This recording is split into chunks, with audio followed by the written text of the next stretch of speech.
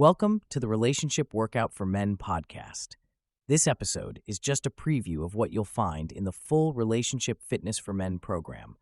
If you're serious about building a stronger, happier relationship, check out relationshipfitness.com to access all episodes, plus tools to assess and improve the quality of your relationship and your very own on-demand and private AI relationship coach. Visit relationshipfitness.com to learn more. Welcome to the Relationship Workout for Men podcast, season 24, Navigating Emotions in Relationships. We're in episode 1, an introduction to drama therapy, and today's guest is Lindsey Sherwin. She's an artist, registered drama therapist, expressive arts therapist, practitioner, mental health counselor, and social entrepreneur based in New York City. So in this episode, we're going to discuss drama therapy as we explore how role play and storytelling can enhance personal growth and improve relationship dynamics. So what do you think about that, Lindsey? Well, I'm really excited to delve into this topic with you because I think that drama therapy is certainly an unknown form of psychotherapy, and within the creative modalities, it's not actually well sort of thought about. People don't really know about it, so I'm excited and interested in exploring what it is first and how it's used to help people do a lot of different kinds of things, like manage emotions, express themselves, get clarity on their perspectives, manage conflict. So yeah, I'd love to start out by just sharing what it is, because I think that's like the first sort of question I get. Like, you're a drama therapist, what does that mean? What do you do with that? Are you an actor? Are you a therapist? Well, we're actually both. So part of the requirements is to be a professional actor with acting training and to be a mental health practitioner, meaning you've taken psychology courses and you understand how the human mind and system work to resolve issues internally. And I would like to say also in the environment, which, because drama therapy is so interactive, it is helpful in helping people. It's like a helping profession to sort of change where they are. So to start out, it's the intentional use of theater processes to achieve therapeutic goals. People use it in different ways. And so what I mean by that is some people use it more as a skill-based intervention, where they kind of look at it as more like, oh, let's kind of explore the imaginative process and see how we can recreate situations. So they make it more like interactive, like I said before, and just kind of like, let's immerse ourselves in the drama of it. Whereas if you kind of take a more clinical approach to it, you're sort of asking somebody that you're working with, and this could be a group as well, what are the challenges that you're facing? What are some of the needs that you have with people? It is very relational. And then how do you resolve that through playing a role? And so there's different methods within drama therapy, predominantly like role theory, right, that express how like we play these different parts of ourselves, we play these different roles, and when they're unbalanced, that's not healthy for us. We start to internalize that, or we get kind of caught up, and that's more the psychological component of it.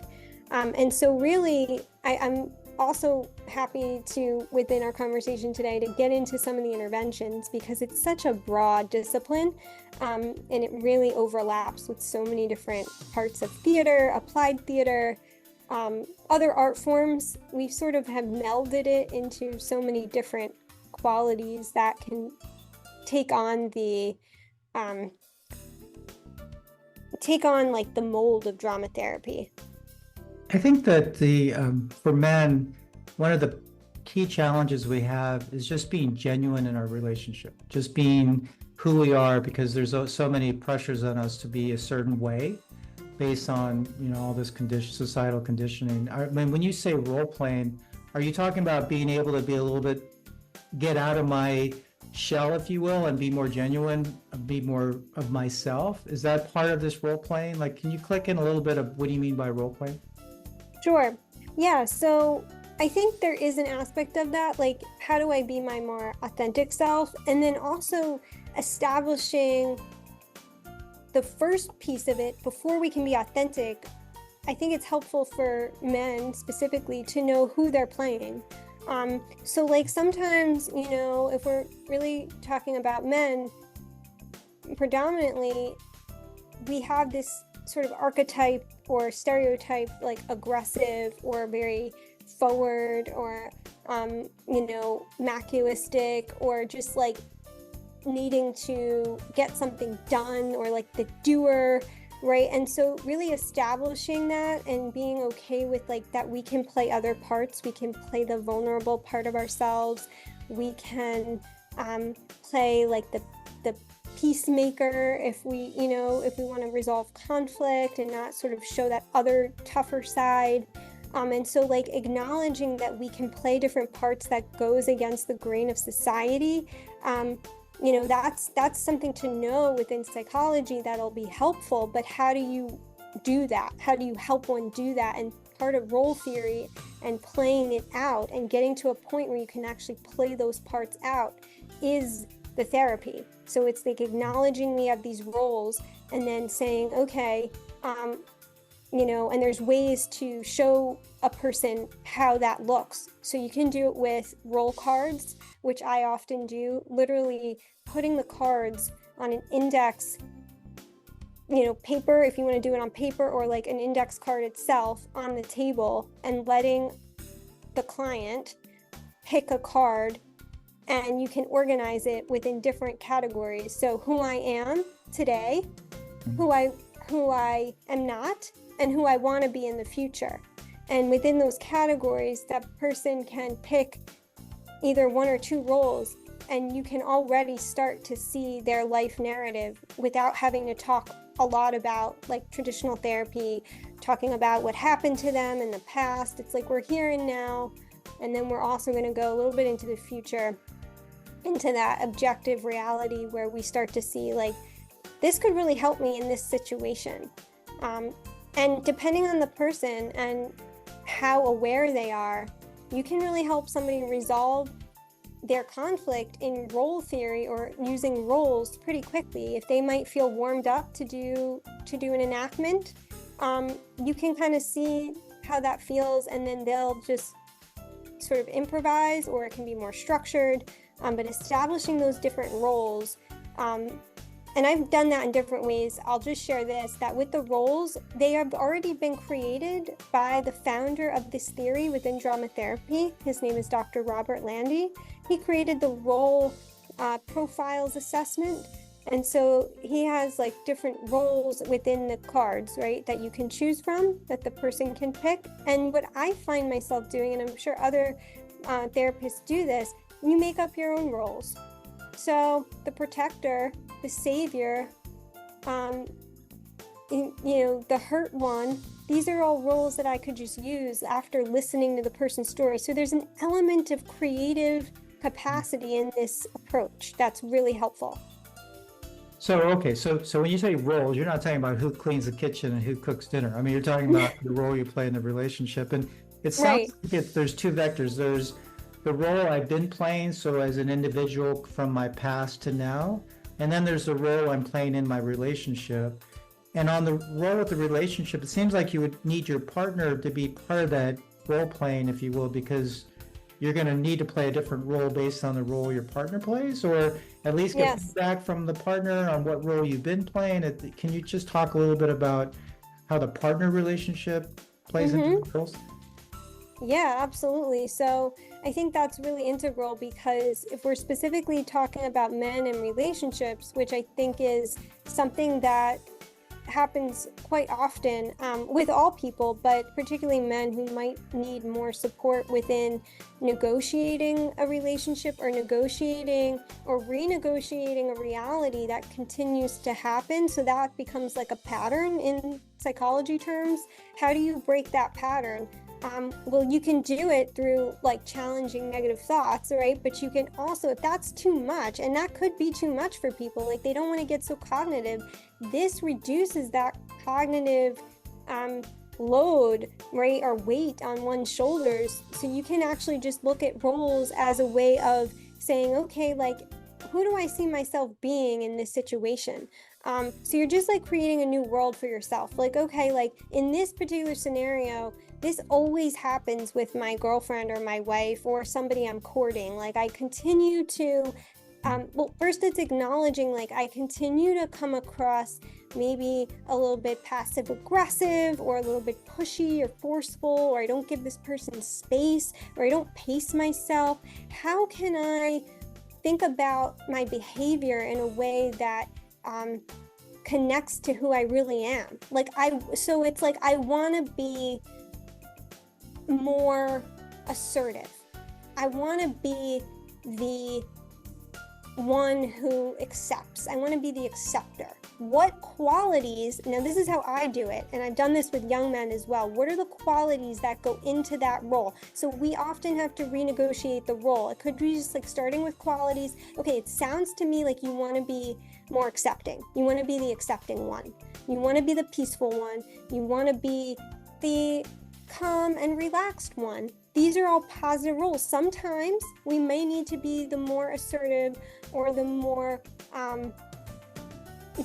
like, and maybe less up, like we need to step back for a moment and say, okay, like I need to be the more balanced one. So more or less of certain qualities, establishing those and then trying out the communication. It is a huge skill in the communication, because that's really where most people find the challenges. If they can understand the role better, they can then execute what they're trying to say in a more specific, meaningful, authentic way. Is there a way to kind of start, like baby step in? Like, because when we talk about roles, I start going, okay, there's a lot of roles that I play as a husband and a family and obviously a wife.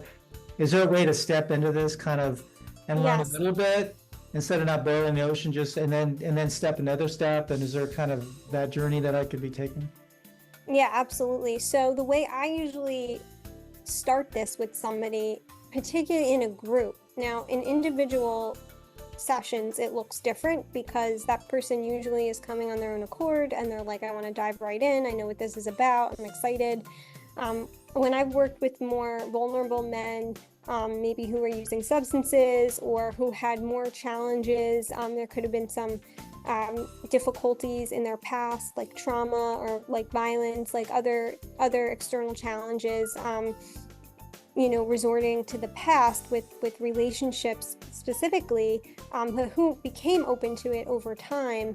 The way I started with them was not with naming roles, but naming emotions. So once they understood the emotions and the range of emotions that we have, they were able to really connect with roles and qualities. And another way I did that was naming the emotions in the body. So getting up in the body and exploring what that looks like. So maybe it's just doing a movement or a gesture, which is really how drama therapy works. If you were to sit in on a drama therapy group, you would often start with naming how you're feeling right now and showing what that looks like in your body, and then passing it to the next person.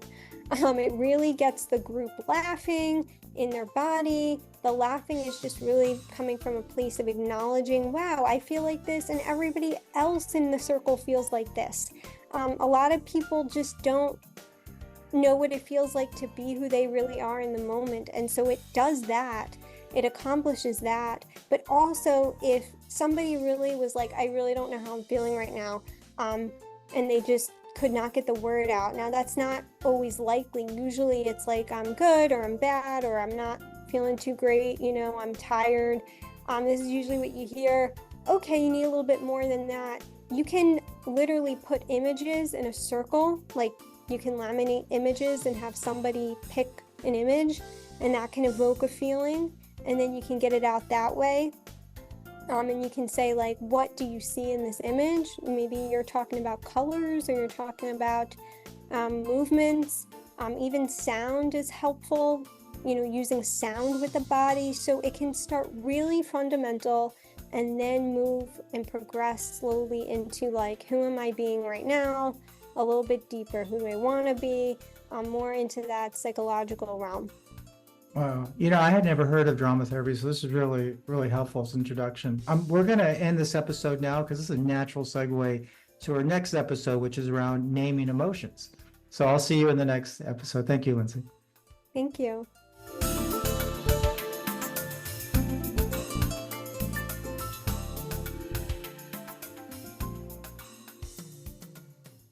Thanks for listening. To listen to all episodes in this season, visit relationshipfitness.com. There, you'll find not only a complete library of episodes, but also aligned playbook articles, tools designed to help you assess, improve, and manage the quality of your relationship, and your very own AI relationship coach to get private, on-demand coaching whenever you need it. Go to relationshipfitness.com to start transforming your relationship today for more fun and less drama.